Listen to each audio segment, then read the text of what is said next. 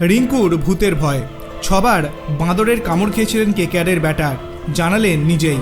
গতবার গুজরাট টাইটেন্সের বিরুদ্ধে শেষ 5 বলে 5টি ছক্কা মেরে নায়ক হয়ে উঠেছিলেন রিঙ্কু সিংহ।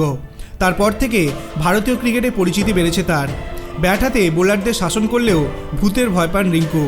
একটি বাঁদর তাকে 6 বার কামড়েছিল। ইডেনে দিল্লি ক্যাপিটালসের ম্যাচের আগেই নিজেই জানালেন এই কেকেআরের ব্যাটার। একটি সাক্ষাৎকারে মুখ খুলেছেন রিঙ্কু। তিনি জানিয়েছেন, কেউ যদি ভূতের গল্প করেন তাহলে রাতে একা ঘুমোতে পারেন না। রিঙ্কু বলেন, আমি ছোটবেলায় একা ঘুমোতে পারতাম না।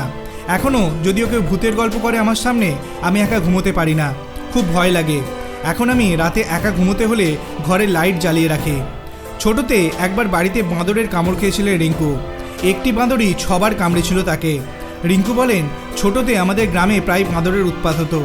একবার আমি বাড়ির বাইরে বসেছিলাম, একটা বাঁদর এসে আমাকে কামড়েছিল। একবার নয়, 6 বার। আমাকে ইঞ্জেকশন নিতে হয়েছিল। আমার মনে হয় বাঁদরটা আমাকে ভালোবেসে ফেলেছিল, সেই কারণেই এতবার কামড়েছিল। নিজের কথায় নিজেই হেসে ফেলেন রিঙ্কু। গতবার 5টি ছক্কার কারণে শিরোনামে এসেছিলেন রিঙ্কু, তাই যতবার তিনি কথা বলেন উঠে আসে 6 ছক্কার প্রসঙ্গ।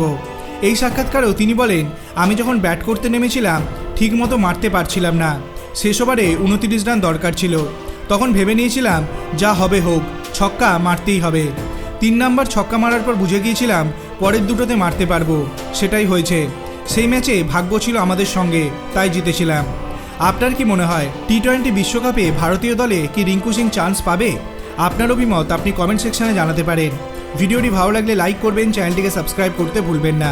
ধন্যবাদ।